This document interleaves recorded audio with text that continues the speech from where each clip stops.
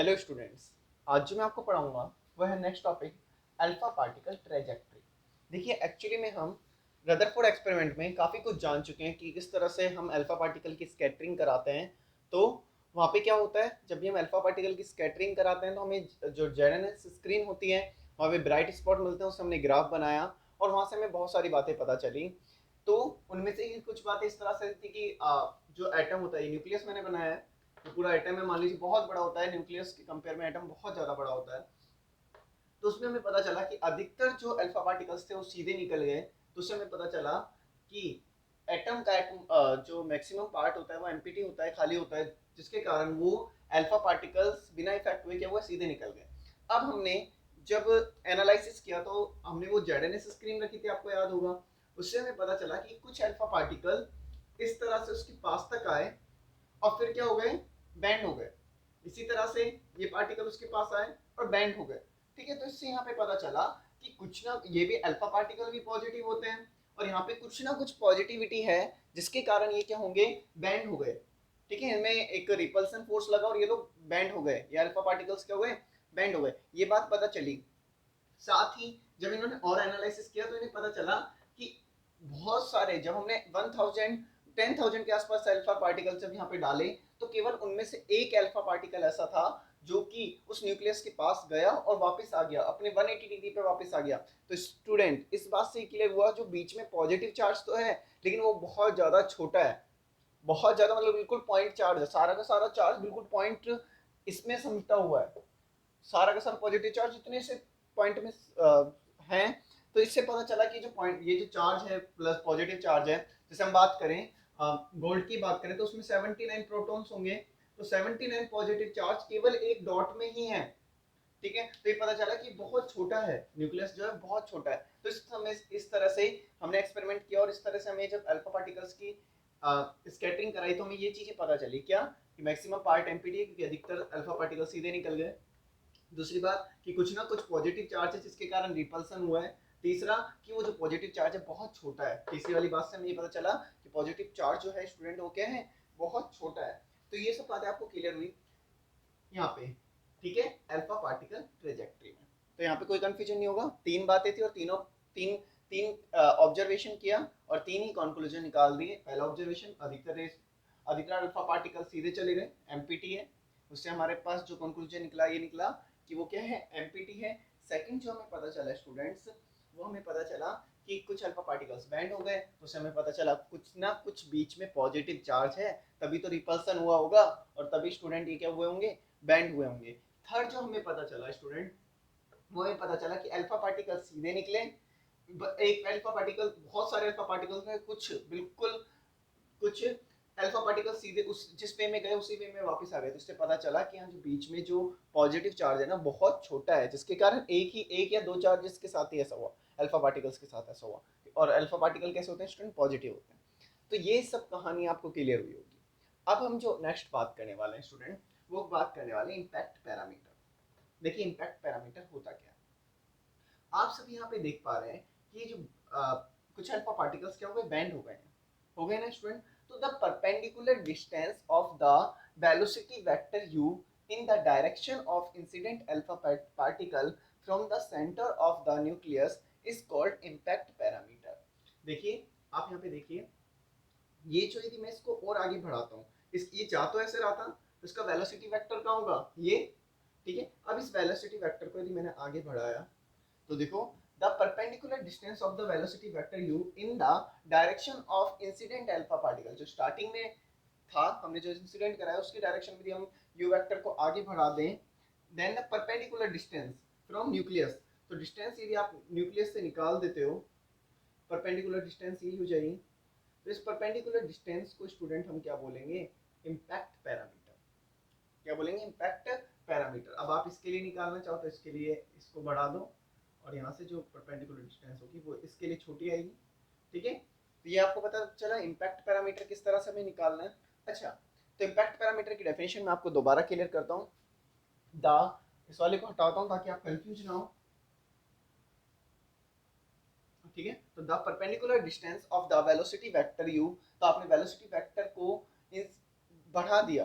ठीक है, direction of incident alpha particle, direction of incident alpha particle from the centre of the nucleus. अब आप इसके centre of the nucleus से क्या निकाल रहे हैं, डिस्टेंस निकाल रहे हैं, तो इसको बोलेंगे इम्पैक्ट पैरामीटर। दोबारा समझिए, जैसे वो अल्फा पार्टिकल आ रहा है उसी वे में उसी वे में आप उसको बढ़ा दीजिए, और परपेंडिकुलर डिस्टेंस यदि आप न्यूक्लियस से निकाल देते हो तो स्टूडेंट उससे हम क्या बोलेंगे, इम्पैक्ट पैरामीटर बोलेंगे। उस परपेंडिकुलर डिस्टेंस को क्या बोलेंगे, इम्पैक्ट पैरामीटर। अच्छा, आपने यहाँ पे देखा कि कुछ पार्टिकल तो यहाँ तक आए फिर बैंड हो गए, कुछ पार्टिकल पहले ही बैंड हो गए, ठीक है। तो उसका भी एक रीजन है स्टूडेंट, उसका रीजन क्या है, जैसे आप बात करें तो ये भी पॉजिटिव चार्ज है, ये भी पॉजिटिव चार्ज है, तो दोनों के बीच में जो फोर्स लगेगा वो क्या लगेगा, K Q one Q two upon R square, ठीक है, K Q one Q two upon R square, ये फोर्स है।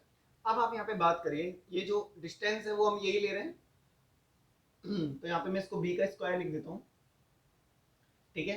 तो यहाँ से हम स्टूडेंट बी कैलकुलेट करते हैं, ठीक है। इम्पैक्ट पैरामीटर का जो बी कैलकुलेट करते हैं, बी, इसको मैंने बी बोला है, इसको मैं यहाँ से कैलकुलेट करता हूँ। अच्छा, आप सभी को पता है क्या कि Q1 जो चार्ज है वो ये है, मतलब, और Q2 चार्ज जो है आप इसको पॉजिटिव चार्ज ले लीजिए।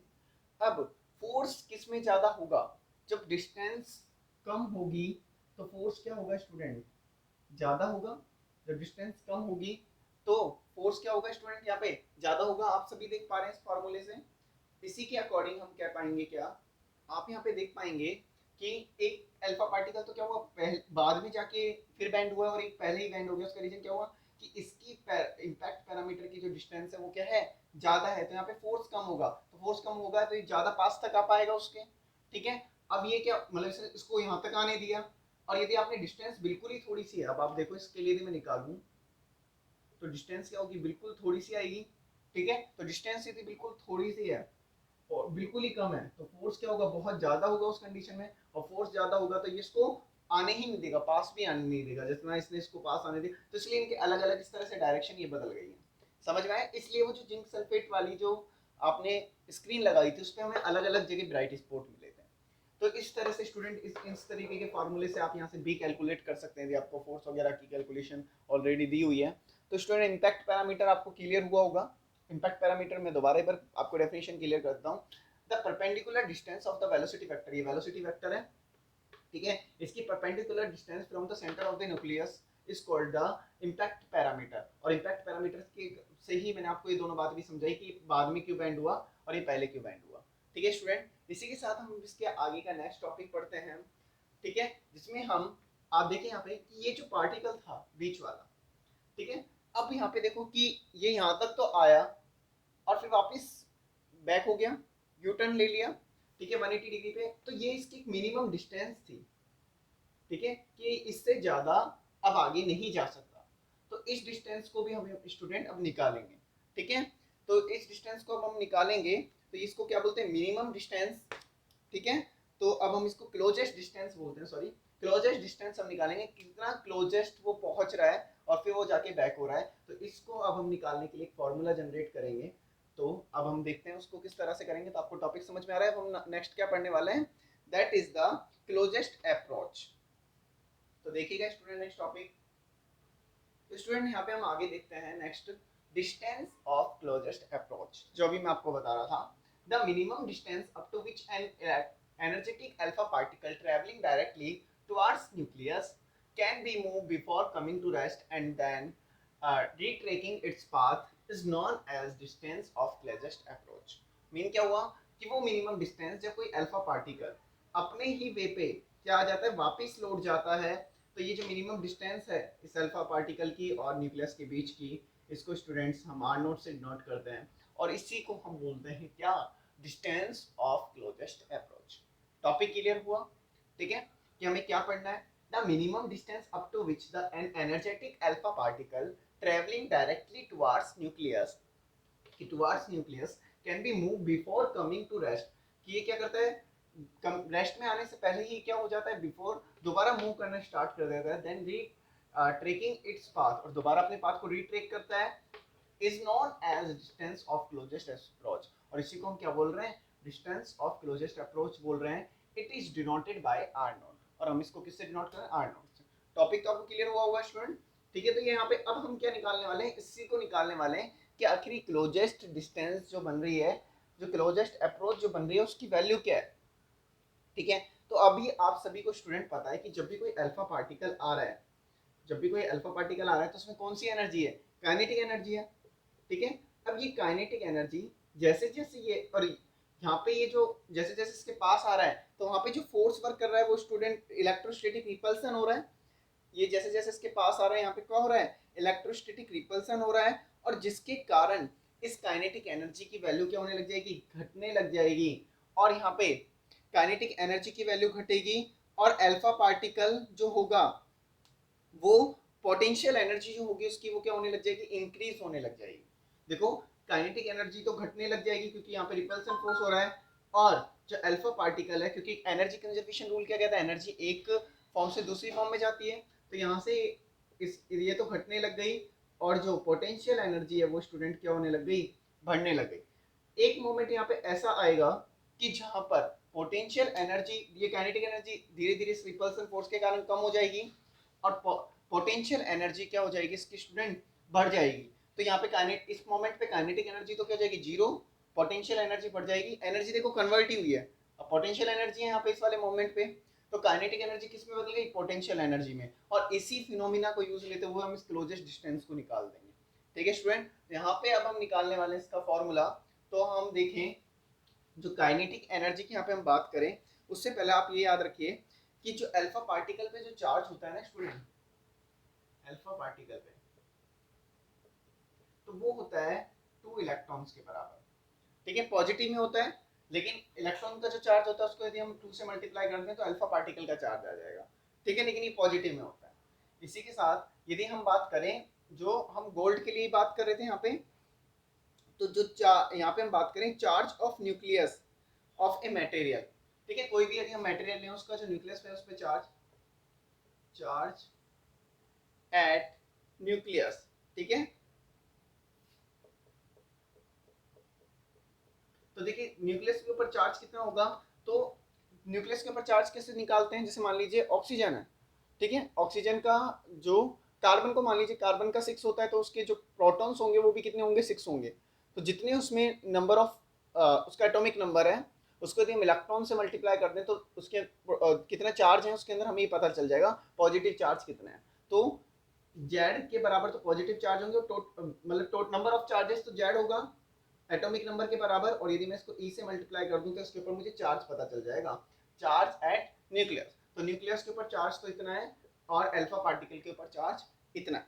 अब हम यहाँ पे स्टूडेंट क्या कह रहे हैं, जब हमने एनर्जी कंजर्वेशन रूल लगाया तो हम कह रहे हैं काइनेटिक एनर्जी स्टूडेंट किसके इक्वल है, पोटेंशियल एनर्जी के, और पोटेंशियल काइनेटिक एनर्जी किसके इक्वल हो जाएगी, क्योंकि वो कन्वर्ट होकर पोटेंशियल एनर्जी बन रही है, तो पोटेंशियल एनर्जी लिख लो आप यहाँ पे।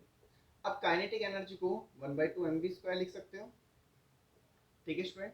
पोटेंशियल एनर्जी की जब हम बात करें स्टूडेंट, तो पोटेंशियल एनर्जी का फॉर्मूला आप सभी जानते होंगे, दो चार्जेस के बीच में जो पोटेंशियल एनर्जी होती है वो होती है के Q1 Q2 अपॉन डिस्टेंस। तो डिस्टेंस यहाँ पे रहेगी वो रहेगी R0, जो अभी मैंने आपको डायग्राम में बताई थी, के Q1 Q2 अपॉन R0, ठीक है स्टूडेंट। यहाँ से जब आप इनमें वैल्यू पुट करोगे, जब आप यहाँ पे वैल्यू पुट करोगे Q1 और Q2 की, तो देखते हैं यहाँ पे क्या आएगा। तो स्टूडेंट हमने यहाँ पे देखा जब हम Q1 Q2 की वैल्यू यहाँ पे पुट करते हैं तो इसको तो रख लो 1/2 mv² के Q1 की वैल्यू कितनी है 2e, और इसकी वैल्यू कितनी है ZE अपॉन R0। यहाँ पे मैं सॉल्व करता हूँ, तो 1/2 mv² ये हो गया स्टूडेंट के 2k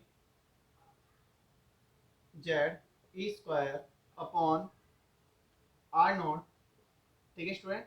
यहाँ पे जब हम इसको सॉल्व करेंगे तो R0 की वैल्यू यहाँ पे आ जाएगी 2k ZE² अपॉन 1/2 mv²। तो एक फॉर्मूला तो इसका यही बन गया 2k ZE² upon kinetic energy, ठीक है, एक फॉर्मूला तो इसका यही बन गया R0 का, आपका क्लोजेस्ट अप्रोच का।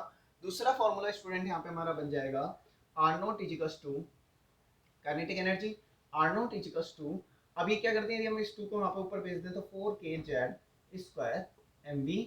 तो आप इसको इस फॉर्म में भी याद कर सकते हो, k की वैल्यू रख के भी इसको ऑब्जेक्टिव क्वेश्चन बदल जा सकता है। k की वैल्यू क्या होती है 1/4πε0, तो के की वैल्यू आप यहाँ पे पुट करके भी इसको ऑब्जेक्टिव क्वेश्चन के अंदर ये भी पूछ सकते हैं, आपको फॉर्मूला अलग अलग दे दें और आपकी बार एप्सिलॉन नॉट में दे दें, तो उससे भी आप स्टूडेंट इसका आंसर निकाल सकते हो। तो आज की वीडियो में हमने जो जाना इम्पैक्ट पैरामीटर और साथ में आपने जाना क्लोजेस्ट अप्रोच, तो आई होप आपको दोनों टॉपिक समझ में आए होंगे। स्टूडेंट आप वीडियो को डेली कंप्लीट देखा करें, आपको फिजिक्स श्योरली समझ में आएगी। Thank you student.